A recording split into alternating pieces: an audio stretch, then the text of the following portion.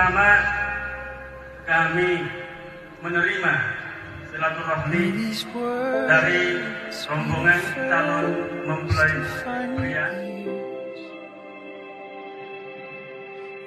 Yang kedua, kami menerima calon pengantin pria yang insya Allah beberapa saat lagi akan kami nikahkan, dan semoga dalam proses pernikahannya dilancarkan oleh Allah Subhanahu wa Ta'ala.